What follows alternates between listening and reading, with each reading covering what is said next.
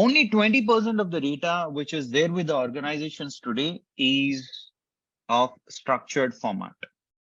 Okay. 80% of the data is unstructured. And majority of this unstructured data is textual in format. Like call transcripts, when you call your call center, you listen to that statement, right? This call is getting recorded for training and quality purpose. Yesterday, I had a call with Forbes Technology Council. They're onboarding me as Forbes Technology Council, and they want me to write some monthly one interesting technology blog for Forbes magazine. And the moment they call me, this is what I heard. This call will be recorded for training and quality purpose. It was kind of an interview, right? But anyways, so that would be converted into textual data, and textual data would be analyzed further. Emails that you send to customer service is textual format. Social media comments, posts, etc. is textual in format. Speech transcripts. The speech which your prime minister, president, which our prime minister, president, delivers is a transcript basically, which is well thought out and written by bureaucrats and then assessed multiple times, because when you make public speeches, it's very important. Even CEOs of the companies do that. I I never did that, but I believe in impromptu speeches, meaning on the fly. I can talk better than going through a script and then replicating that. I do a terrible job at that. So I go with clean mind. I talk whatever I feel is apt. My version of it. Okay. Anyways, field agents, salespeople, the surveys that they conduct, the interviews that happen, they record many things. All this is textual in format. And what are companies mining? Like you have a coal mining, diamond mining, gold mining. What is it that firms are mining from textual data? Topics, key topics and themes, sentiments, opinions, attitudes, emotions, relationships between different things. When CEO is giving a specific speech, that speech is analyzed to the extent of understanding what is the relationship between what this particular CEO is speaking versus the facts that he's talking about or she's talking about. Is there a relationship or not? Based on that, people in stock market are predicting whether the stock value of that company will go up or come down. To that extent, it is analyzed. When it comes to speech, they're looking at whether the voice is trembling. Is the voice exhibiting anxiousness? Is the CEO trying to hide something while the quarterly results are announced? Many things are analyzed. Speech is nothing but, again, from speech, you can come up with a lot of interesting insights. You can extract, features can be extracted. That's one thing. Okay, out of context, but yeah, makes sense. Who are the various people who were referred to in a speech? What are the various companies that that person is talking about? Many things. Adani versus Modi. How many times did Modi refer to these people names in his speeches elsewhere in different companies, countries, whatever? And then what are the company names he has referred to? Is there a correlation between that? All that. Okay. Metadata such as document author. If you have different books, etc., you can just extract the author names and book names. If you have resume, this is something which Sharath has worked along with the ISB students. When you have bunch of resumes, from resumes, just extracting the name and phone number and email ID of the different, resumes, and then extracting the key skills that people possess, and then putting it in a nice structured format, and then comparing it with a job description, right? If you have a job description, what is the percentage match between the job description keywords and the keywords which are there in the resume? That's why resume building is extremely important. When you put it on your Naukri, etc., if some interviewer searches, and if you want your resume to appear, you need to use the relevant keywords. Not just that, you need to update it on a daily basis if you're searching for a job. Because the way the job portal algorithm works is that someone who has updated most recently are the people who are actually looking out for job change. With that rationale, they show up only those resume, which was edited recently. So people ask me daily, what will I have to update? I tell that, okay, just remove your email ID, put another email ID, save it. It's kind of a refresh. Then again, put back your original email ID, save it, refresh. Whenever you learn a specific technique like text mining, NLP, etc., put it on your resume as keywords. That's considered as an update only, right? So that's how it has to be, not one-time task. Today I want a job, so I update today and I say that, no, oh my God, my resume is not getting shortlisted. It won't get shortlisted. When will it get shortlisted? When you keep adding some important information to your resume on a daily basis.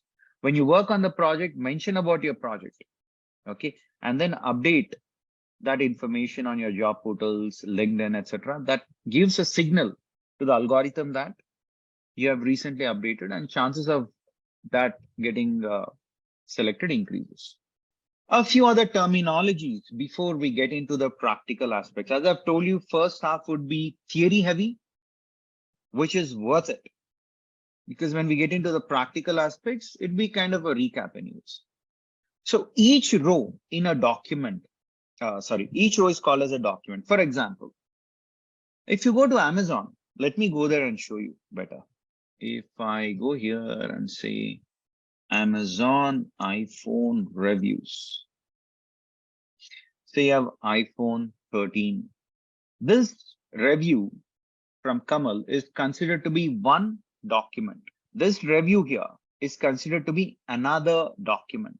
This is the third document, fourth document, fifth document, right? Sixth document, seventh document, so on and so forth. Sometimes you might conduct a survey. In that survey, say there are 10 questions. I might fill 5, I might skip 6th and 7th, and I might fill 8th, 9th, and 10th. 6th and 7th, I didn't answer that. But those might be questions such as, what flavor of ice cream do you like? For example, I like vanilla ice cream. Someone has written, someone has told I like chocolate. Someone says that I like whatever, blackberry, in that way. And probably I didn't fill that. So for that question, my response will be empty. When you extract all these details for only which flavor of ice cream do you like, only the responses to that, if you take, person 1, person 2, person 3 would have written something. Person 4, person 5 would have left it empty. Then person 6, 7, 8, so on and so forth. When you take this entire data, each row is called as a document. Even these empty rows, which I didn't fill, another person did not fill, are also called as documents. So these are all called as what? Documents. So you have all these documents. And the collection of all these documents is called as a corpus. Each row is called as a document. That means response from each person is called as a document. Collection of all these documents is called as a corpus. Corpus, corpora, singular, plural. Okay. I've already shown you Amazon reviews. And certain quirks of the language are as follows. You might have spelling mistakes. You have to manually correct it. And you also have libraries in Python, like autocorrect, which will automatically correct these kind of spelling mistakes. For your algorithm, it's just data that you're supplying. It doesn't have the human intelligence. So if someone has given a review about a USB cable and they've written USB is not good, someone else has written in proper case, U uppercase has been lowercase. I mean, if you have words like this, it's called as proper case, right? As USB is good, and someone has taken uppercase, USB is amazing, right? In this scenario, your algorithm will consider each of these as different words, as different terms. But ideally, all these are the same, right? So as part of your data pre-processing, it makes sense to convert everything to lowercase, like USB, USB, USB.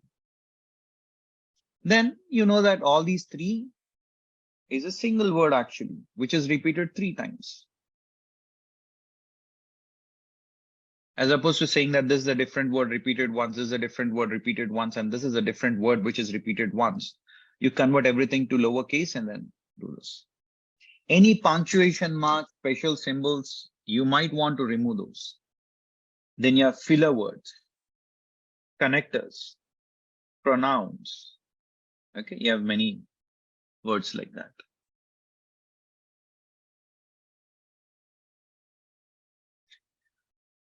These filler words, connectors, or pronouns are, they don't, as individual word, add any meaningful value to your analysis. They're just meant to complete the English sentence or any sentence. Just to make it grammatically correct, people use all of these or these kind of words. Okay. And then you also have stemming. Stemming means if you have words such as jumped, jumping, jumped, jumps, so on and so forth, you just get rid of all these things. And you get the root word, which is called as stemming. Okay. These are a few other terms and terminologies which one should be aware of. And very important slide coming your way. Okay. Very, very important slide is coming your way, friends. That's this part. Whenever you have textual data, okay, you do these things. Suppose you have a text which says, this is text mining training. This is one sentence, okay? Or say one document.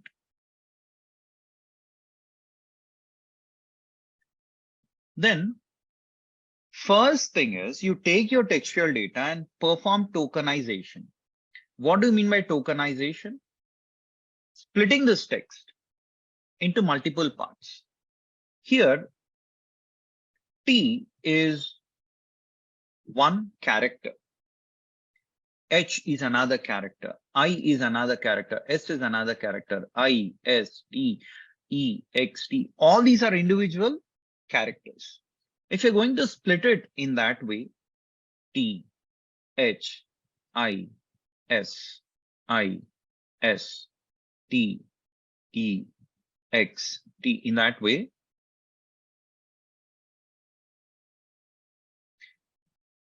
when you're going to split as individual tokens, those are called as character. That's called as character tokenization. If you split this into words, suppose you have another text.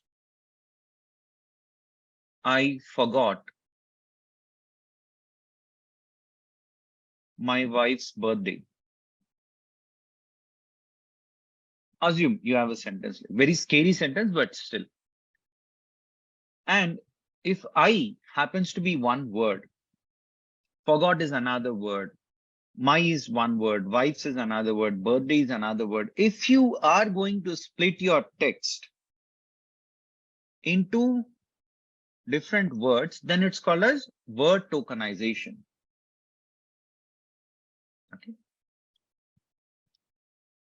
Usually word tokenization means unigram, one word, right? Unigram. Then you also have n-gram tokenization. N-gram tokenization means, suppose in the space of n I have 2-gram tokenization. Okay, suppose n equal to 2 as an example. I forgot would become one token, one token, one set of words, right? Forgot my would become another token. My wife's becomes another token. Wife's birthday becomes another token. So all these become tokens. If n equal to 3, then it's called as trigram. I forgot my one token, forgot my wife's second token, my wife's birthday third token. In that way, you have different tokens.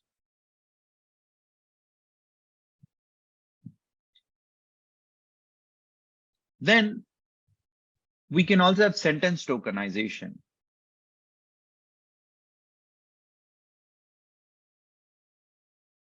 I forgot my wife's birthday. I never went back home. Right? Suppose you have two sentences.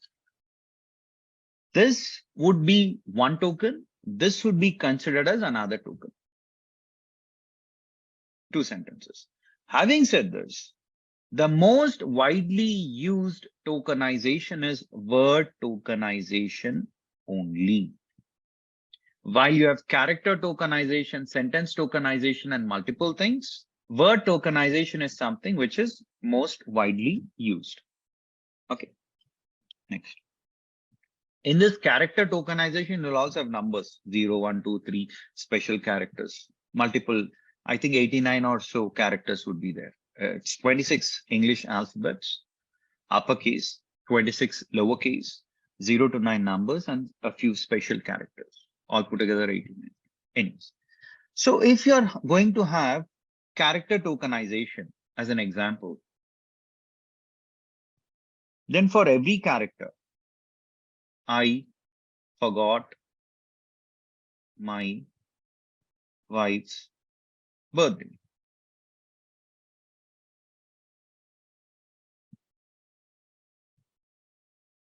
Okay. So here, how many would you have? 1, 2, 3, 4, uppercase A, B, C, D, lowercase A, B, C, D, then 1, 2, 3, all those, right? You'll have total, say, 89 or whatever tokens. If the first token is I, wherever you are going to have I, you'll have a 1 there, rest all would be zeros. This is how I can convert this text data into numeric format. This process of converting your tokens into numbers is called as vectorization. Tokenization means splitting your text into multiple tokens. Vectorization means converting those tokens into numbers. Okay, that's called as, simply put, one hot encoding, because only in one place you'll have one, rest all zeros. Hence it's called as one hot encoding. If you have the word called forgot, which is another token, assuming that we are dealing with now word tokenization, because that's most widely used. Wherever you have, if it's character, then F, right? So F. So wherever you have F, you will have a 1, rest all would be zeros. That's one hot encoding when it comes to character tokenization. But when you talk about word tokenization, do you know what? In English literature, language, approximately 172,000 words would be there, friends.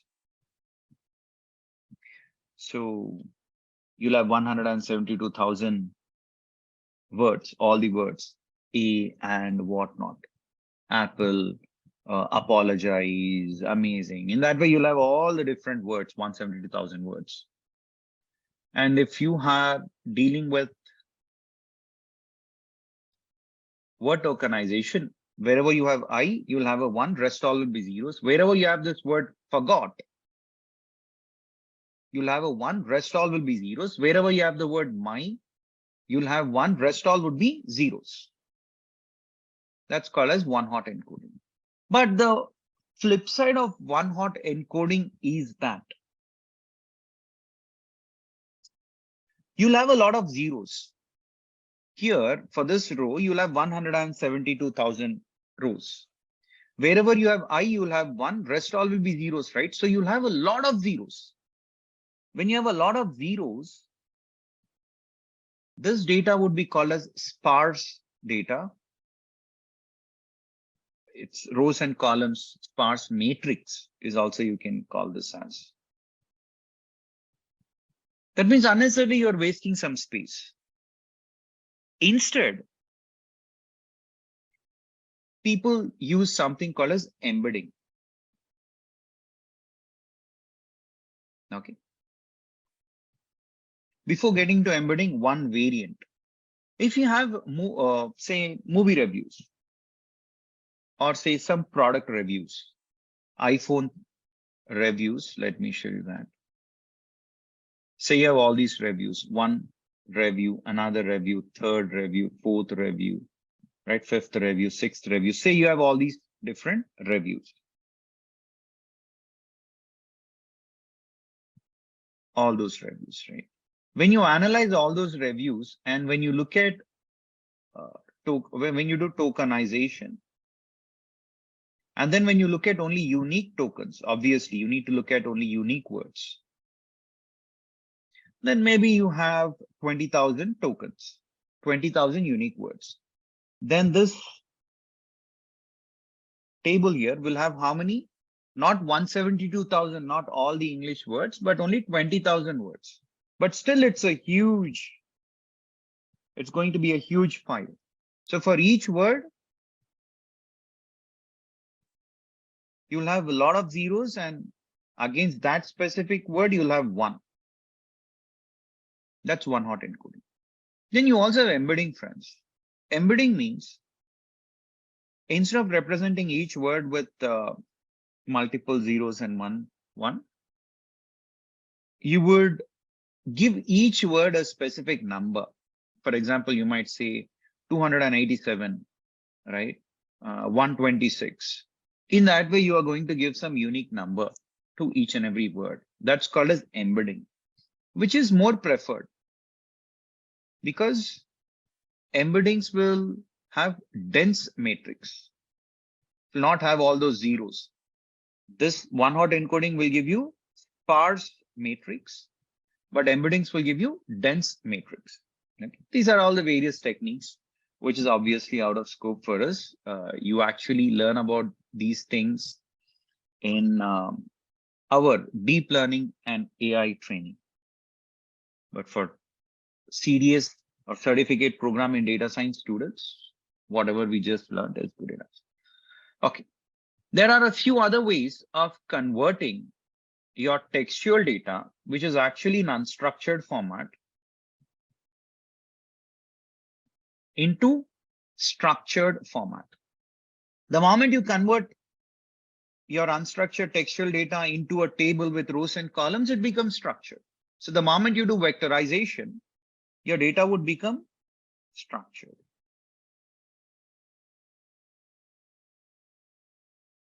To convert your unstructured data and make it structured, there are other techniques also, such as bag of words. In bag of words, what happens is you have a bunch of words.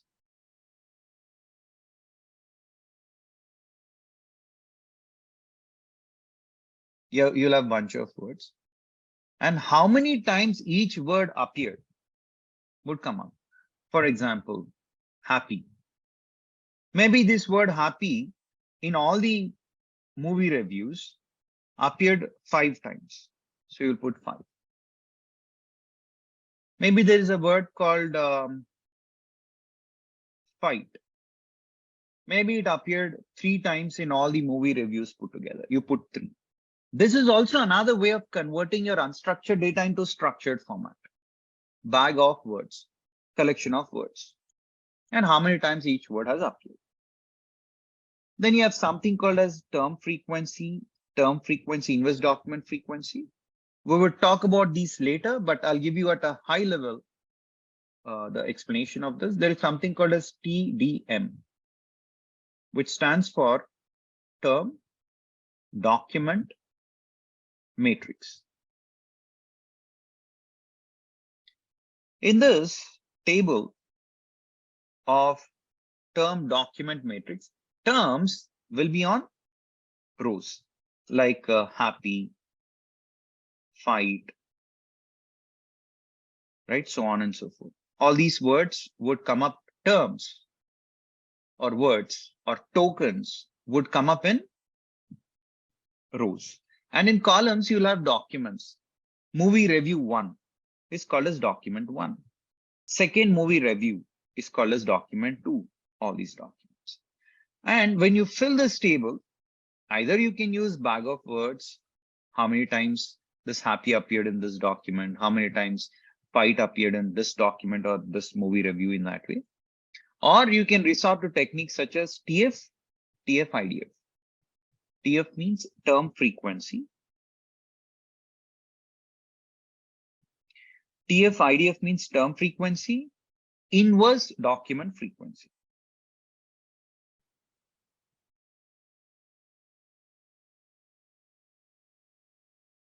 Inverse document frequency.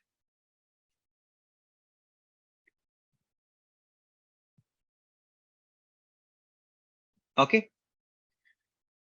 All right. So we have covered a lot of ground, and we will have to move to the next discussion now. So we have bag of words. Assume that you have Shakespeare's As You Like It, which is a play from Shakespeare. For an English professor, it would be a feast. Okay. And if this is how it appears, all the world's a stage and all the men and women may be players. They have their exits and their entrances. And one man in his time plays many parts. If you have something like this. For an English professor, they would go on and on for 8 hours on only these 3 lines. But if you talk about statistician will do this. All and the apostrophe is a, comma, and all these things are removed because all these are called as fillers, connector words, or some kind of punctuation marks. So world has 1. This world stage has 1. The word men is appearing 2 times. Do you know what? Men and man. Whether something is singular or plural doesn't matter. It's appearing twice. Women is appearing once. Play is appearing twice because there is something called as stemming that we have learned. You have play, you remove this. You have players, you remove this. If you have played, you remove ed. If you have playing, you remove ing. When you remove all of these things, you'll have the word play. And just count how many times the word play appears. These are all part of data pre-processing. Okay, stemming, removing this, stop words. They are called as stop words. Then you have exit, entrance, time, so on and so forth. Then you have document term matrix. Term document matrix means terms will be on rows, documents will be on columns. And we have done this analysis long back on Xbox. Xbox is a product from Microsoft. It is a gaming console. Using that, you play video games. And you have DTM weighing, document term matrix weighing, in which you have term frequency and term frequency inverse document frequency. If you have documents, which is each review is called as one document. And if you have for all these different documents put together, which is called as corpus, you'll have some unique words. Take all those unique words and put them as terms.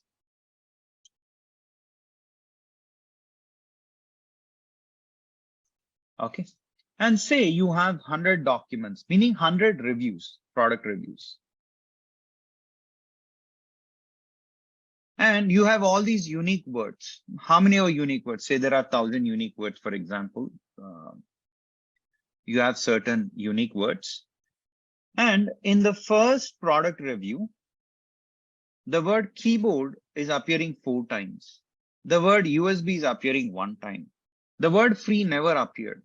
The word hard, say, appeared 2 times, so on and so forth. Then you have the second product review. The word keyboard is appearing 3 times, USB is appearing 1 time, free is appearing 1 time, so on and so forth. In that way, you have review 50, review 70, review 100, you have 100 reviews. If you look at all these 100 reviews, if you look at the word keyboard, when you add all of these, is appearing 200 times overall.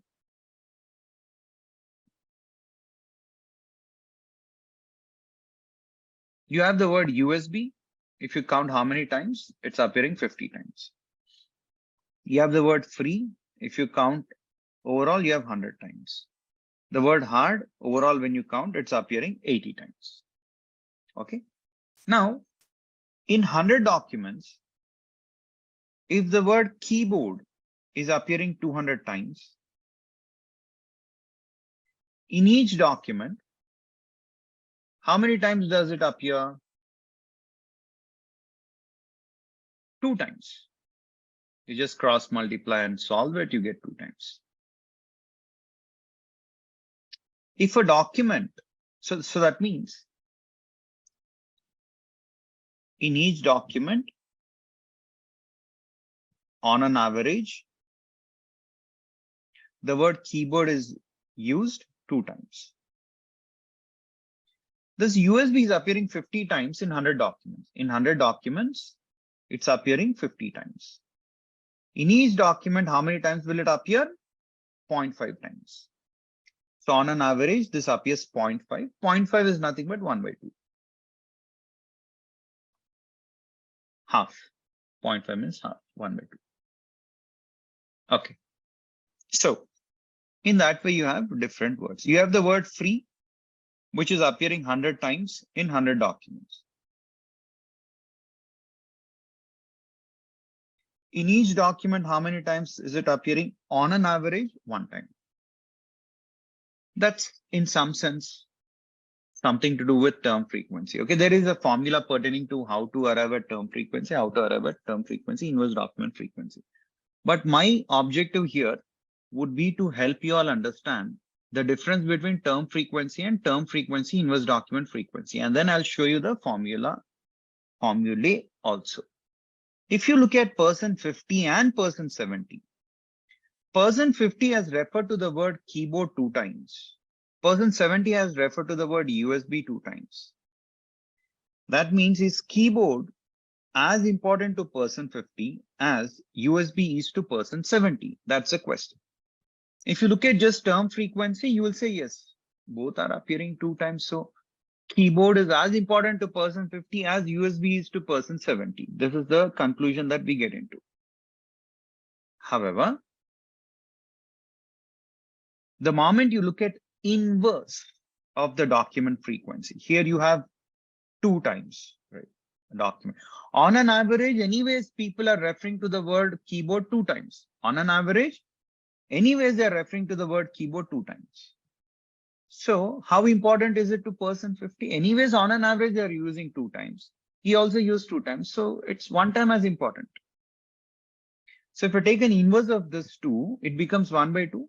You multiply everything with 1 by 2. When you do that, this 2 get cancelled and you'll have 1. That means for person 50, it is only 1 time as important, keyboard. Why? Because anyways, on an average, people are referring to this 2 times. So it'll be 1. Then you have USB. On an average, people are referring to it half times, 0.5 times. But person 70 referred to it 2 times. On an average, it is 0.5. But this guy referred to 2 times. Means 0.5, 0.5, 0.5, 0.5. It becomes 4 times as important to person 70. Because on an average, people refer to it only 0.5 or half times. Inverse of this will be 2. So you multiply everything with 2. And this becomes 4. So this USB is 4 times important to person 70. When you look at on an average, everyone is referring to only 0.5 times, but this guy has referred to 2 times, that is 4 times as important. So this becomes more important the word USB becomes more important to person 70 than keyboard, which is for person 70. That's the difference between term frequency and inverse document frequency. Hence, people usually prefer term frequency, inverse document frequency. And if you're interested in the formulae pertaining to that, here we go. What does this NTD mean? Number of times a term T appears in a document. Number of times this keyboard appears in document 4 times. That's NTD. Divided by TD. TD is number of terms in the document. How many terms you have, basically. Right?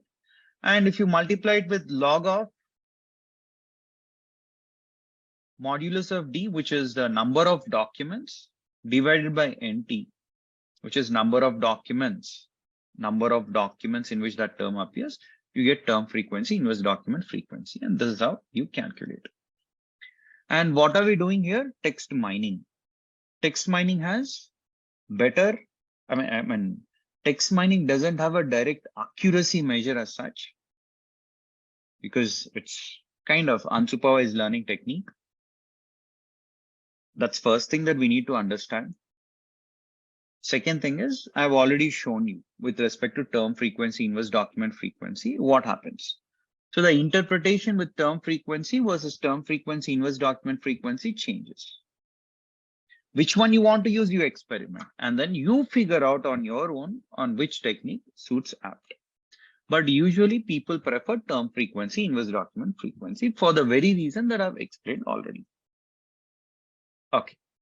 Then once you get all these things, that means once you have text, tokenize it, clean it, tokenize it, then vectorize, convert them into numbers. And once you have those words, you can do all these kinds of interesting word clouds. Corpus level word cloud means all the reviews put together. You do one word cloud. In this word cloud, all the words are scattered. Orientation has nothing to do. Orientation means whether the word is horizontal or vertical, doesn't matter. Point number one. Point number two, color doesn't matter. It's just for beautification. Then what matters is the size. Bigger the word, maximum times it is used. If a word is used maximum times, that means there is some relevance to that. Okay, for example, here, the word music, the word game, the word USB, etc. is coming up prominently. So these words are more important. So what are people talking about? What is it that people are talking about? To understand that, you can take the textual data, you can tokenize them and convert them into numbers using bag of words or term frequency, inverse document frequency, etc. And then you can proceed further with inferences. So what are they saying? What are people saying? For that, you can do tokenization, bag of words, document term frequency, inverse document frequency, n-grams, etc., which will help you answer that question. What do they exactly mean? Then for that, you need to use something called as lemmatization. You need to deal with ambiguity and in what context are people using that word. Punctuation marks become important, right? So on and so forth. We'll talk about these in greater detail later. It's not the corpus level word cloud which is important, friends. It is the sentiment analysis which is important. Meaning, it is the difference between positive word cloud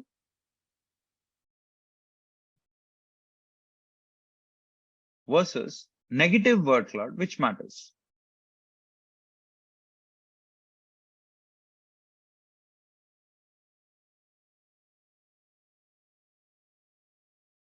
In positive word cloud, you take the list of all the positive words in a dictionary. Where can you get it from? From internet, from any of your dictionaries, Oxford, Thesaurus, any of the dictionary, you can download that. it will contain bunch of all the positive words. Even in a few Python libraries, it contains bunch of all the positive words. Already the person who has come up with the library would have given you inbuilt positive word cloud. Then if you're given movie reviews, for example, or product reviews, it's textual data. You clean the data first, convert everything into lowercase, remove punctuation marks, remove special characters and all that. Then you tokenize. Take all these tokens and compare it with all those individual positive words.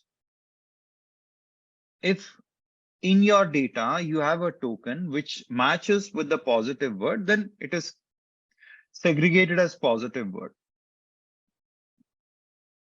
In your data, if you have a word which is negative, right, or if you have a word which matches with the negative word, then it is classified as negative word. Okay, so you'll have positive words and you'll have negative words. Now, when you look at this, that's called a sentiment analysis. Sentiment, positive or negative. Here in this, when you look at all these words, the bigger the word, maximum times people have used that. Orientation or color doesn't matter. Orientation means whether it is in the vertical or horizontal direction, and the color doesn't matter. It's just for your beautification, for your eyes. But if you look at all of these things, silent, quiet, nice, right? Free. As opposed to reading thousands of reviews, spending time on analyzing word cloud would be less, right? You need to spend less time analyzing this, but you have to spend some time. It's not a magic which is going to happen. It will just give you this word cloud. As a human, you need to include your intelligence and figure out what each word means. And you have a word called free. What is free? Is Xbox free completely? Or is something else free? To understand this, you need to read in the context. What do you mean by reading in context? Might be a question. For that, I need to pull one specific document. Yeah. So let me open this. If I were to do Control F and say free,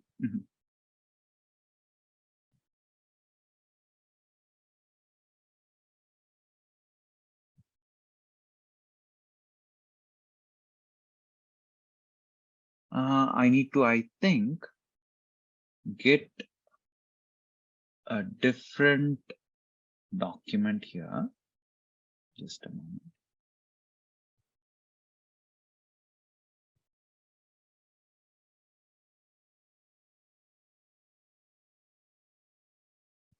While I try to pull one specific document.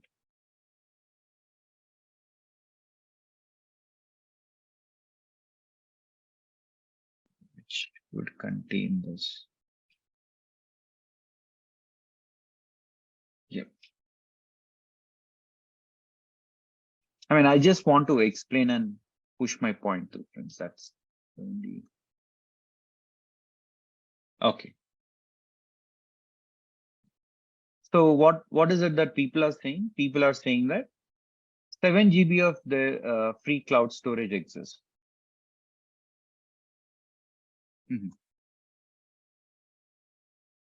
7 GB of free cloud storage. 7 gigs of free cloud storage, right? So what is it that majority of the people are talking about? Free cloud storage. And people are happy about it. So what information would you give to Xbox manufacturer? You'll say that, do you know what Xbox manufacturer? A lot of people are happy with the free 5 GB cloud storage.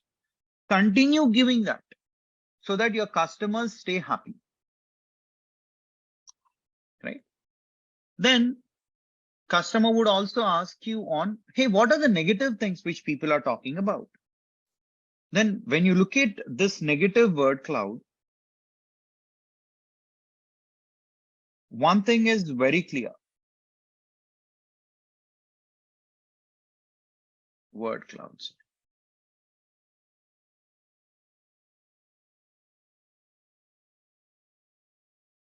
which is hard.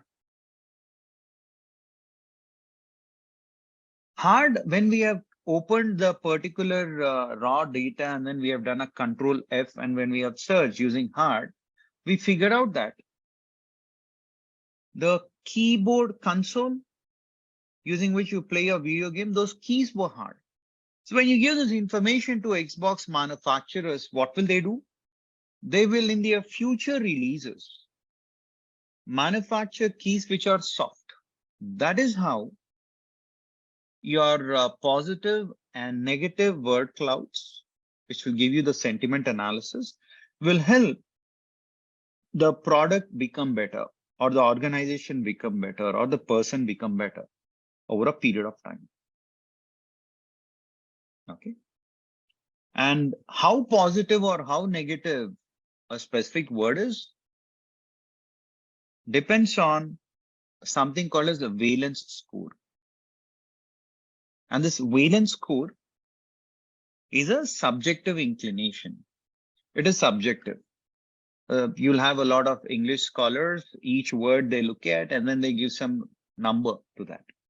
If there are 10 people who are involved in this exercise, one person might say 1 for the word called good. Another person might say it is 2. Another person might say it is 0.